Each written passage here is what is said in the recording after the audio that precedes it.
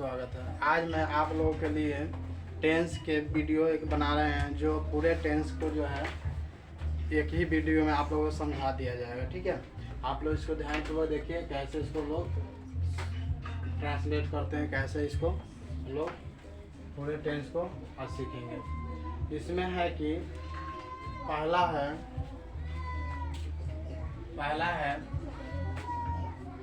ना, ये दूसरा है, ये तीसरा है, चौथा, इस तरह से क्या टोटल 12 हुआ है ना। टेंस के जो हैं 4 टेंस के टोटल प्रकार आज सिखाएंगे। याद यहाँ पर देखिए क्या है। पहला है कि इसको पहचानने के नियम है ना। पहला सिंपल प्रेजेंट टेंस होता है या प्रेजेंट इंडेफिनिट। क्या होता है? सिंपल प्रेजेंट टेंस या प्रेजेंट इंडेफिनिट। ठीक है, इसको जो है हम लोग पहचानेंगे कैसे, समझ गए। तो इसमें वाक्य में रहेगा, जैसे लास्ट में ता है, ते हैं, ती है ना। इस तरह से वाक्य में रहेगा। जैसे यहाँ ध्यान दीजिए, मैं आम खाता हूँ, तुम आम खाते हो, तुम क्रिकेट खेलते हो, है ना। मैं क्रिकेट खेलता हूँ, मैं हंसता हूँ, मैं रोता हूँ। इस तरह से वाक्य रहेगा, समझ गए। इस तरह से जो भी वाक्य रहेगा तो ये समझ जाएंगे ये सिंपल प्रेजेंट टेंस में या प्रेजेंट इंडेफिनिट टेंस में। ठीक है, इसका जो है रूल है, नियम है सिंपल प्रेजेंट टेंस का, है ना। स्ट्रक्चर ये है, subject plus verb one plus S या ई एस प्लस सब्जेक्ट, है ना। एस या ई एस कहाँ रहते हैं? जहाँ थर्ड पर्सन हो। ठीक है, ही सी इट और कोई नाम हो तो वहाँ पे हम लोग थर्ड पर्सन रहता है, तो वहाँ पे हम लोग एस या ई एस वर्ब में जोड़ के बनाते हैं। ठीक है, जैसे यहाँ पे है सेंटेंस है, मैं आम खाता हूँ, है ना। तो मैं क्या है? फर्स्ट पर्सन है ना। तो मैं आम खाता हूँ, तो इसमें सब्जेक्ट क्या हुआ? मैं, है ना। उसके बाद वर्ब क्या होता है? खाना, है ना। यानी कि इसके अंत में नाला हो तो ये खाता है, यानी कि ये है वर्ब, है ना। ऑब्जेक्ट क्या है? मैंगो, आम, है ना। तो मैं आम खाता हूँ। इस तरह से वाक्य है, जिसको ट्रांसलेट करेंगे, मैं के क्या होता है इंग्लिश? आई, हो गया। उसके बाद क्या लगाना है? वर्ब वन, यानी ही सीट नहीं ना है, ये नहीं है तो वर्ब फर्स्ट पर्सन है, तो इसमें वर्ब वन लगेगा, समझ गए। तो वर्ब इसमें क्या है? खाना, है ना। तो आई ईट, हो गया। और क्या खाते हैं? आम ना। आई ईट ए मैंगो, है, समझे। इस तरह से ट्रांसलेट करेंगे, हो गया सिंपल प्रेजेंट टेंस के। अब आगे ध्यान दीजिए, दूसरा है पास्ट इंडेफिनिट टेंस। क्या है? दूसरा है पास्ट इंडेफिनिट टेंस या सिंपल पास्ट, इसको भी बोलते हैं, समझ गए। इसमें क्या होता है? जो बीत गया हो, है ना, जो बीत गया हो उसी को हम लोग पास्ट इंडेफिनिट टेंस बोलते हैं। ठीक है, जैसे इसके पहचानने के नियम देखिए, जिसके अंत में ता था, ते था, ती थी, इस तरह से वाक्य के अंत में, है ना, लगा रहेगा। जैसे यहाँ देखिए, राम आम खाया, है ना। शिवम पिटाई खाया, है ना। सोनी क्रिकेट खेली, है ना। जिसके अंत में बीत गया हो, है ना। मैंने पत्र लिखा, तो बीत गया हुआ ना। तो इसमें जो है पहले हम लोग क्या कर लेंगे? सब्जेक्ट लिखेंगे, उसके बाद वर्ब टू, उसके बाद ऑब्जेक्ट, है ना। जैसे यहाँ देखिए, राम आम खाया, तो राम क्या है? सब्जेक्ट है ना। आम क्या है? ऑब्जेक्ट है, और खाया वर्ब है ना। इसमें लिखेंगे राम, हो गया। उसके वर्ब टू क्या होता है? वर्ब वन खाया का eat, verb two eat ate, होगा। तो ate, A T E ate, I, अरे सॉरी, राम एट क्या खाया? आम ना। तो a mango, Ram ate a mango, आ रहा है समझे। इस तरह से ट्रांसलेट करेंगे। आप लोग भी अपने ध्यान दे, पूरा देखिए और समझिए। अगला है तीसरा, फ्यूचर, है ना। फ्यूचर में क्या होता है? इसमें बीता हुआ बात होता है। ठीक है, पूरे सॉरी, फ्यूचर में आने वाला होता है। ठीक है, आगे की बात होता है। जैसे मैं पुलिस बनूंगा, है ना। हम लोग खिलाड़ी बनेंगे, आगे की वाला रहेगा जिसमें, तो समझ जाइए ये फ्यूचर में है। ठीक है, और ये आने वाला समय में होगा। जैसे तुम नाचोगे, यानी कि फ्यूचर में होगा ना, जैसे तुम नाचोगे, तुम किताब पढ़ोगे, तुम खाना खाओगे, है ना, इस तरह से वाक्य रहेगा। ये फ्यूचर इंडेफिनिट का वाक्य है। इसमें जो होता है पहचानने के नियम समझ गए, जिसके अंत में होगा, होगी, होंगे लगा हो, है ना, तो वो फ्यूचर इंडेफिनिट टेंस में होगा वाक्य, समझ गए। इसमें है क्या, फ्यूचर इंडेफिनिट टेंस में ये तो समझ गए पहचानने का।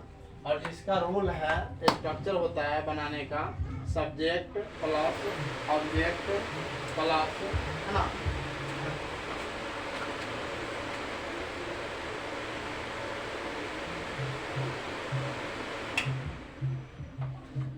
हो गया।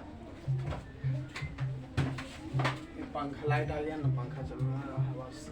चलिए यहाँ ध्यान दीजिए, इसमें फ्यूचर में क्या होगा, पहले सब्जेक्ट, उसके बाद विल है, उसके बाद वर्ब वन, उसके बाद ऑब्जेक्ट, है ना। इसमें पहचाने का तो समझ गए, जिसके अंत में होगा, होगी, होंगे लगा हो वो फ्यूचर में होगा। और देखिए यहाँ तुम नाचोगे, तुम क्या है, सब्जेक्ट है, तो सब्जेक्ट यहाँ पे है ना पहले, तो सब्जेक्ट में क्या होगा, तुम कहेंगे यू, हो गया। यू के साथ क्या लगाते हैं, विल, है ना, यहाँ पे देखिए यू विल, हो गया। इसके बाद वर्ब वन, वर्ब वन क्या होता है, यानी कि नाचना क्या होता है, डांस ना होता है, तो यू विल डांस। ऑब्जेक्ट तो नहीं ना है इसमें, तो नहीं लिखेंगे, आगे समझे, यू विल डांस, तुम नाचोगे, है ना। चलिए अगला ध्यान दीजिए, ये तो हो गया आपको तीनों, ये तीनों हो गया ना, तीनों टेंस के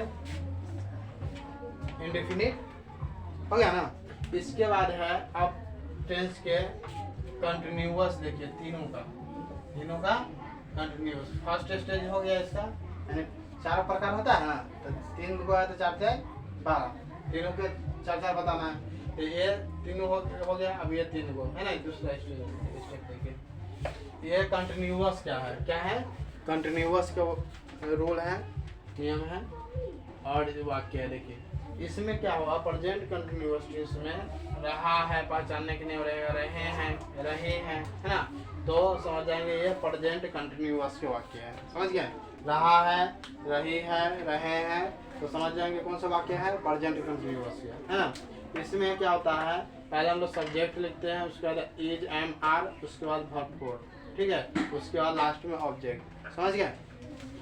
इसमें क्या होता है, मैं किताब पढ़ रहा हूँ, कंटिन्यूअस है ना, यानी कंटिन्यू कर रहा हूँ, तो ये सब्जेक्ट इसमें क्या है, मैं का इंग्लिश आई, यानी कि आई, हो गया।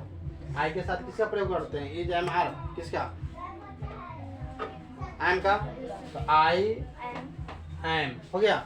उसके बाद वर्ब क्या है इसमें, पढ़ना, है ना, पढ़ना की इंग्लिश क्या होता है, रीड होता है, तो वर्ब वन रीड हुआ, इसमें आई एन जी ऐड कर देंगे तो रीडिंग हो जाएगा ना, तो आई एम रीडिंग,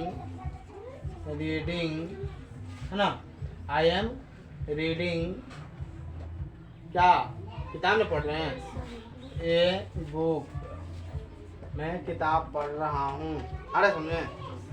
तो ये प्रेजेंट कंटिन्यूअस टेंस के वाक्य हो गया, ठीक है।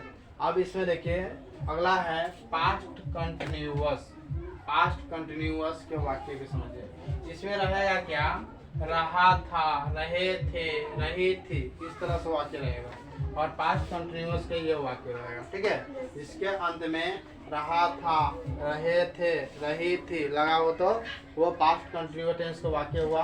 और इसको जो है हम लोग ट्रांसलेट करेंगे इस नियम पे, है ना। इसका स्ट्रक्चर ये हुआ, सब्जेक्ट प्लस वाज या वेयर प्लस वर्ब फोर, है ना, उसके बाद ऑब्जेक्ट, समझ गए। इसमें करना क्या है, इसमें सेंटेंस रहेगा जैसे मैं आम खा रहा था, हम लोग क्रिकेट खेल रहे थे, है ना, हम लोग जो है स्टेज पर डांस कर रहे थे, इस तरह से वाक्य रहेगा, समझ गए। तो इसमें समझ जाएंगे, जिसमें रहा था, रही थी, रहे थे, तो पास्ट कंटिन्यूअस का वाक्य है ना। इसको जो है स्ट्रक्चर होता है सब्जेक्ट प्लस वाज या वेयर प्लस वर्ब फोर, है ना। इसको हम लोग ट्रांसलेट कैसे करेंगे, पहले इसमें सब्जेक्ट क्या है, आई, है ना, मैं की इंग्लिश आई ना होता है, आई के साथ क्या लिखते हैं हम लोग, वाज या वेयर, वाज, है ना, आई वाज, हो गया। उसके बाद वर्ब फोर क्या होता है, इसमें वर्ब फोर लगाना है। तो ये वर्ब क्या है, खाना ना। तो खाना के इंग्लिश क्या होता है, ईट। इसमें ING ऐड कर देंगे तो क्या हो जाएगा, ईटिंग ना। I was eating, I was eating, क्या खा रहे हैं, आम ना। I was eating a mango, है ना, मैं आम खा रहा था। अरे समझ में, चलिए नोट कर लीजिए। चलिए अगला ध्यान दीजिए, ये हो गया। इसके बाद है हम लोग को मालूम करना है कि ये फ्यूचर कंटिन्यूअस टेंस के वाक्य है ना। फ्यूचर कंटिन्यूअस टेंस के वाक्य में रहेगा जैसे रहा होगा, रहे होंगे, है ना, इस तरह से वाक्य होगा। जैसे राम अपनी किताब पढ़ रहा होगा, है ना, मैं अपनी पत्र लिख रहा होगा, है ना, हम लोग अपना रोटी खा रहे होंगे, है ना, हम लोग अपना साइकिल चला रहे होंगे, इस तरह से वाक्य रहेगा, समझ गए। तो ये फ्यूचर कंटिन्यूअस में वाक्य रहेगा। तो इसका जो है स्ट्रक्चर होता है, ये तो पहचान गया, ये लगा रहेगा तो फ्यूचर कंटिन्यूअस वाक्य होगा। और इसका रूल होता है, स्ट्रक्चर होता है सब्जेक्ट प्लस विल बी, है ना, या शाइल बी होता है, ठीक है। उस सब्जेक्ट अनुसार यूज करेंगे। उसका वर्ब फोर प्लस सब्जेक्ट, समझ गए, subject plus will be plus verb four plus subject या शाइल बी, ठीक है, सब्जेक्ट अनुसार यूज करेंगे। इसमें क्या होता है कि वाक्य रहे राम अपनी किताब पढ़ रहा होगा या होगा, है ना। तो इसमें सब्जेक्ट क्या है, राम है, क्या लिखेंगे, राम, है ना, विल, उसका क्या जोड़ना है, वी, है ना। अब वर्ब फोर क्या है, पढ़ना। तो पढ़ना क्या होता है, रीडिंग होता है ना। तो रीडिंग हो गया। और क्या, अपनी किताब ना, राम विल बी रीडिंग, है ना, रीडिंग उसका ऑब्जेक्ट है ना, आउन में सपना होता है, ठीक है, या रीडिंग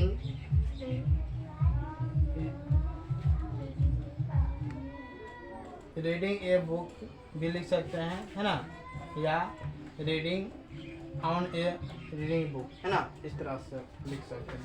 राम किताब पढ़ रहा होगा या अपनी किताब पढ़ रहा होगा, है ना, Ram will be reading a book, हो गया। चलिए अगला है, ये तो आपका दो का स्टेज हो गया, फर्स्ट के बारे में बता दिए, दो के बारे में दूसरा भी बता दिए। अब तीसरा है, ये जो होगा परफेक्ट में होगा, ठीक है, परफेक्ट में होगा। जैसे या तीन को समझिए, तीन को जैसे चुका है, लिया है, ये जो है प्रेजेंट परफेक्ट वाक्य होगा, इस तरह रहेगा। चुका था, चुकी थी, ली थी, है ना, ये रहेगा तो पास्ट परफेक्ट में रहेगा। और फ्यूचर में होगा कि ली होगी, ली होगा, चुका होगा, है ना, इस तरह से रहेगा तो फ्यूचर के वाक्य होगा, समझ गए। इस तरह से वाक्य रहेगा तो फ्यूचर को होगा, समझ गए। आगे ध्यान दीजिए इसमें। तो इसमें क्या है, चुका था, ली थी, ये सब तरह का वाक्य रहेगा। चुका है, लिया है, ली होगी, चुका होगा। यानी कि प्रेजेंट परफेक्ट के ये पहचानने से ऐसा रहेगा, लास्ट में तो समझ जाएंगे।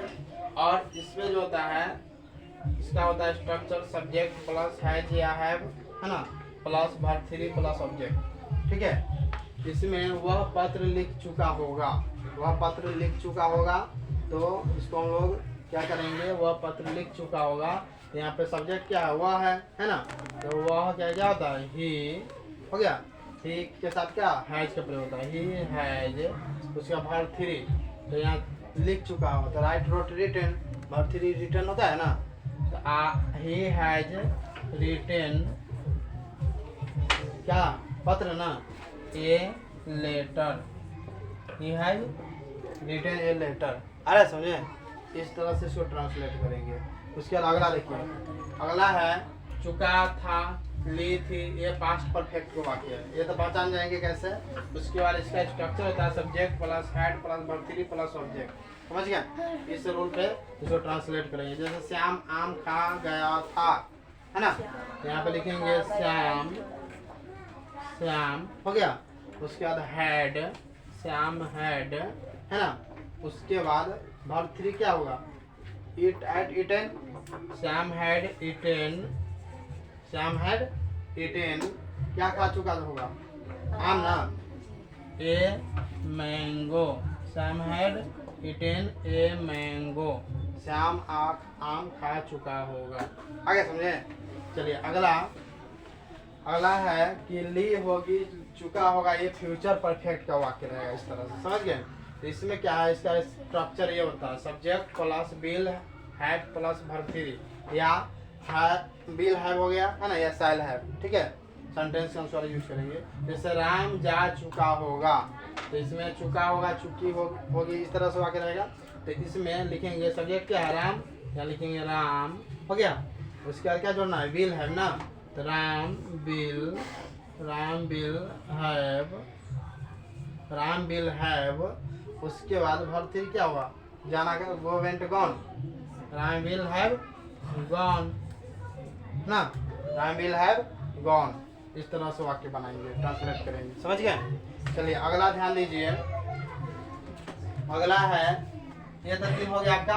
अब 3 लास्ट में देखिए, ये जो रहेगा कंटिन्यूअस में रहेगा, present perfect continuous, past perfect continuous और फ्यूचर परफेक्ट कंटिन्यूअस का वाक्य रहेगा इस तरह से। इसमें रहेगा प्रेजेंट परफेक्ट कंटिन्यूअस में से रहे हैं, से रही है, इस तरह से वाक्य रहेगा। जैसे मैं लिखता रहा हूँ, है ना, मैं खाता रहा हूँ, मैं खेलता रहा हूँ, है ना, हम लोग क्रिकेट खेलते रहे, इस तरह से वाक्य रहेगा।